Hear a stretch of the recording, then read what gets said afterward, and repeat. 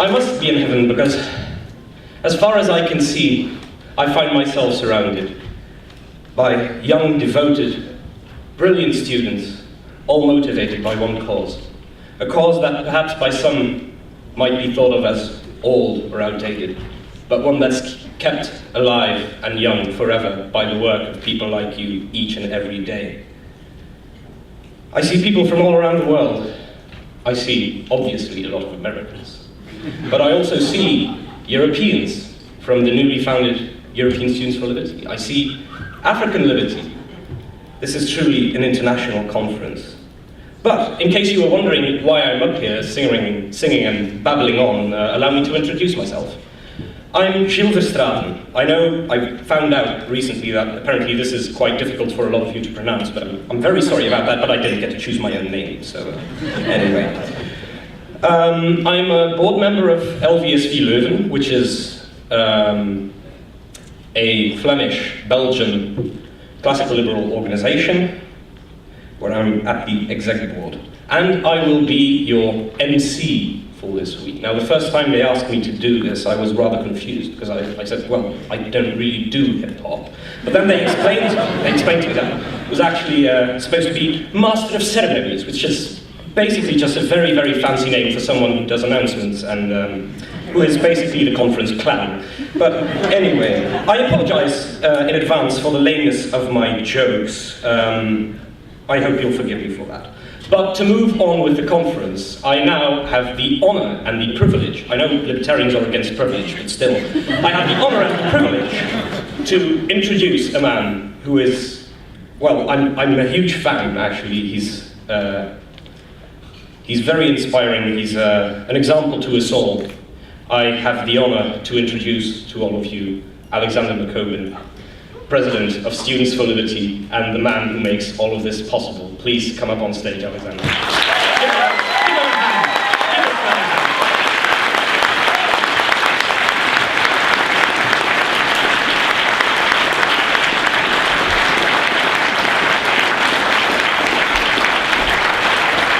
Thanks, everyone. When Students for Liberty began in 2008, most people honestly didn't think there could be more than a dozen libertarian students around the world. But back then, we proved that wrong with the first Students for Liberty conference, drawing an unprecedented 100 attendees to Columbia University for an entire weekend. After that, most people thought it couldn't get much bigger, but we yet again broke the stereotype by drawing over 500 attendees to last year's International Students for Liberty conference. Again, record-breaking and unprecedented. But for this weekend, we have well over 1,000 individuals registered, and with the attendance we're seeing right now, I have no doubt that everyone in this room is going to get to claim they were a part of the first four-figure libertarian student conference ever.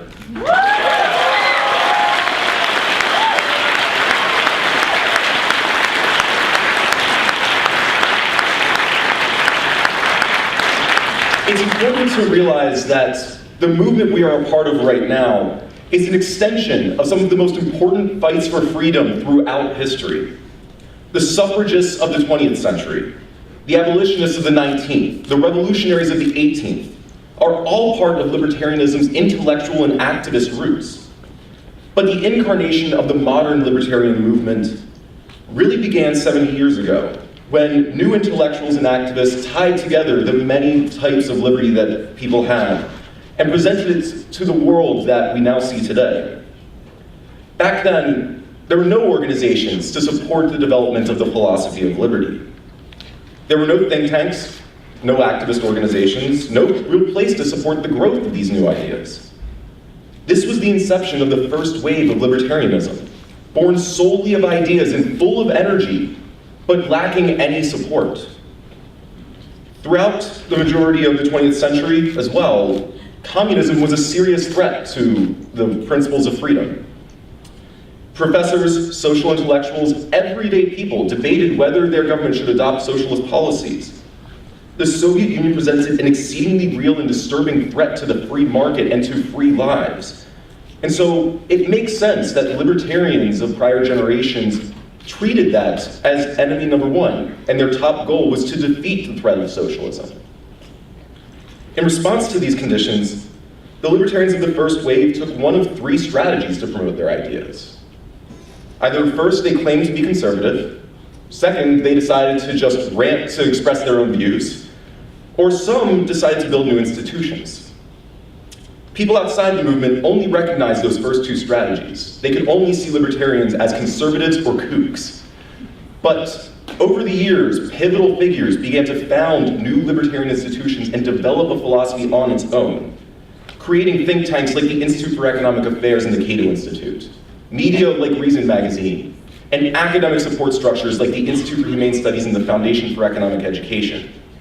So that over the course of decades, these institutions grew and became more influential. And when the Soviet Union finally collapsed and pure socialism was no longer a legitimate alternative in decent society, the philosophical landscape fundamentally changed, allowing a second wave of libertarianism to develop, a wave that our generation is leading. Young libertarians today have more resources and opportunities available than ever before to develop these ideas. Growing up without the threat of the evil empire, our generation is able to tackle threats to liberty from forces other than communism.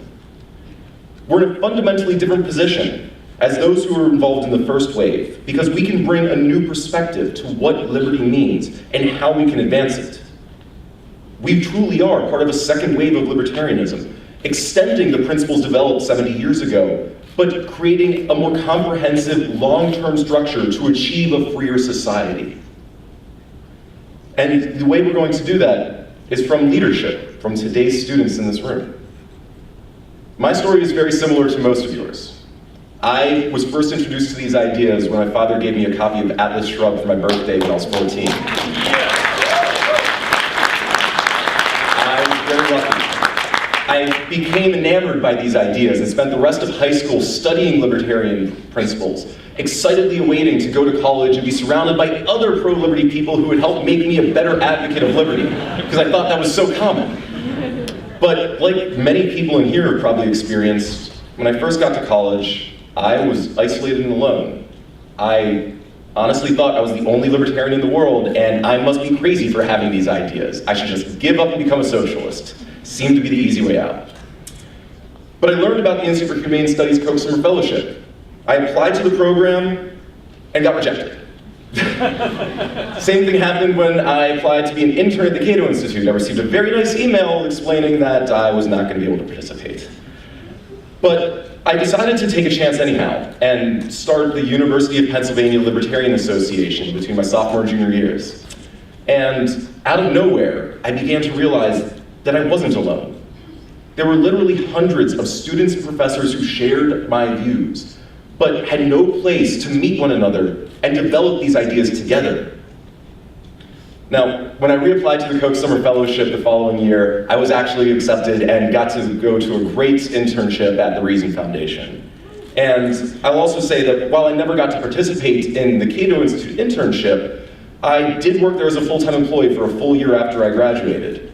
The point of this being, if you ever get rejected from the Cato internship, don't let it get you down. You might actually get a full-time job offer instead. If you had told me my sophomore year that I'd be standing in this room, a part of the biggest libertarian student conference ever, I would have called you crazier than I thought I was at that time. That was a time when I didn't know what Austrian economics was. I didn't know how to put on a conference. I didn't know how to raise $50 for a campus protest. I even thought that it was okay to send out a single email to a listserv to get people to come out to a meeting. In case anyone's wondering, it's not. But more truly impressive individuals have started out in your very shoes as well. The speakers you're going to hear this weekend, Peter Thiel, John Stossel, Marty Zupan, all were students at one point. The people you likely quote in your dorm rooms, F.A. Hayek, Ludwig von Mises, Ayn Rand, did not start out as the figureheads of liberty that they are today. They grappled with the same questions you do in class. They were interacting with other young advocates of liberty in their time. They did the problem sets in their dorm rooms as well, trying to figure out how everything works. No one is born a leader. It takes time, dedication, and energy. And Students for Liberty is now here to help all of you through that process. Whether you've been president of your campus club for 2 years, or if you're a freshman just freshly new to these ideas, we're here to help you. If you look at the picture on the screen, you'll see the founding Students for Liberty Executive Board. 4 years ago, that was the entirety of Students for Liberty. That was all that existed for months, putting together the very first conference. We were 5 students trying to figure out what to do, planning a one-time 30-person conference. Wasn't going to be a big deal, which has now turned into an international movement of over 700 student groups and tens of thousands of students who stand up for these ideas. But today, SFL is not just 5 people working on a single conference. We have over 100 leaders in Students for Liberty's or leadership structure, including an international executive board, a European executive board, campus coordinators, alumni for Liberty, staff, advisors, and more. These are the people that drive SFL and make everything possible. So I'd like to ask everyone in SFL's leadership to please stand up and get the recognition you deserve for making the student movement for liberty what it is today. Please stand up.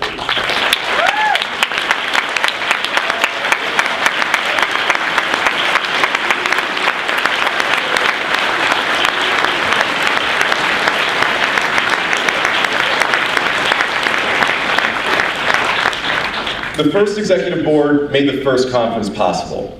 100 students, which was unprecedented, as I've said before. People honestly did not think this could happen, and it's tough to think of that now when we look at a room this big in the prospects of a 1,000-person conference, 10 times bigger than that first event. We have more people in SFL's leadership now than we had at that first conference, which is an incredible thing to think about. SFL has come a long way, but we have a long way to go still. I don't want you to think the meaning of my remarks is that the success of Students for Liberty or our cause is inevitable.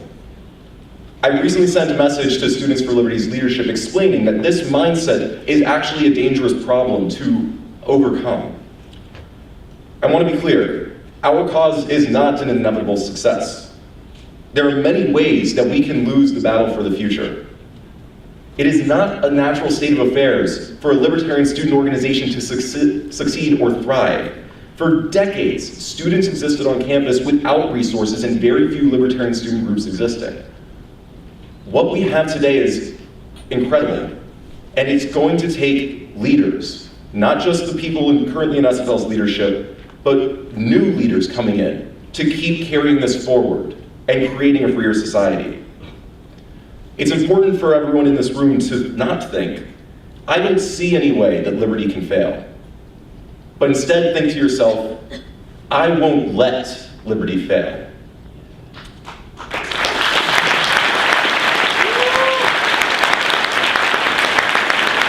Throughout this weekend, take the time to speak to all of Students for Liberty's leaders. Learn what they do. Ask them how you might be able to get more involved. We're always looking for more talented individuals to join Students for Liberty's leadership, and we want to help you be stronger leaders in whatever your endeavor for freedom is.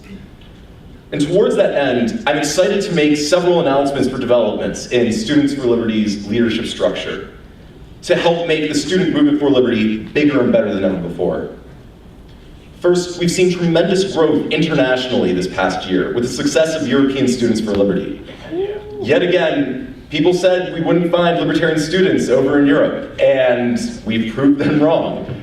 There are over 90 student groups in ISFL now, and the first European Students for Liberty conference in November drew 200 plus attendees from 25 countries.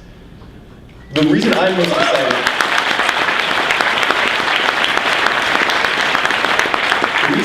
most excited by this development is that it illustrates the cause we're a part of. The model that we work from of empowering students is not geographically limited.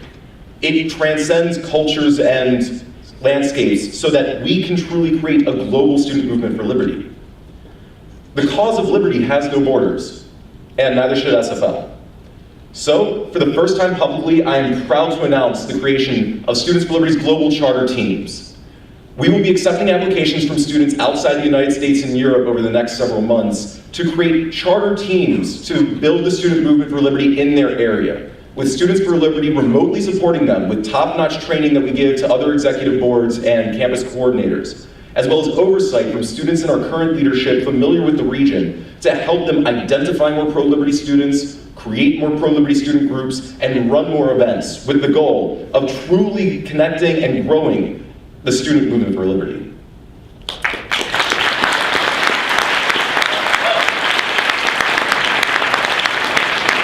And international students here can begin applying at studentsforliberty.org/charter teams. But we're not only looking to expand SFL internationally, we want to make stronger investments in the United States as well. Towards that end, we're going to be laying the foundations for the long-term growth of Students for Liberty and this entire movement, with Alumni for Liberty getting more resources and more support. We realize the foundation of a free society and the fight for freedom doesn't end at graduation. That's actually when it begins, when you enter society and you can start to make a bigger influence. And Alumni for Liberty is here to help you as alumni connect with other individuals, access more resources, and continue to support the students at your alma mater and in your old groups to keep this movement going. And finally, in addition to more resources, more conferences, and more overall support, we will be expanding the Campus Coordinator Program. The best way I can describe what this program is through a video we recently created to promote it. But before I end with that video, I want to give a final piece of advice. This conference is an opportunity. It is not an end to sit back and simply enjoy. It's a chance to become a better leader, a more informed advocate, a stronger resource for other students on your campus. I hope you will take advantage of this weekend and the support that Students for Liberty has available to empower all of you to be the best advocates of liberty that you can be.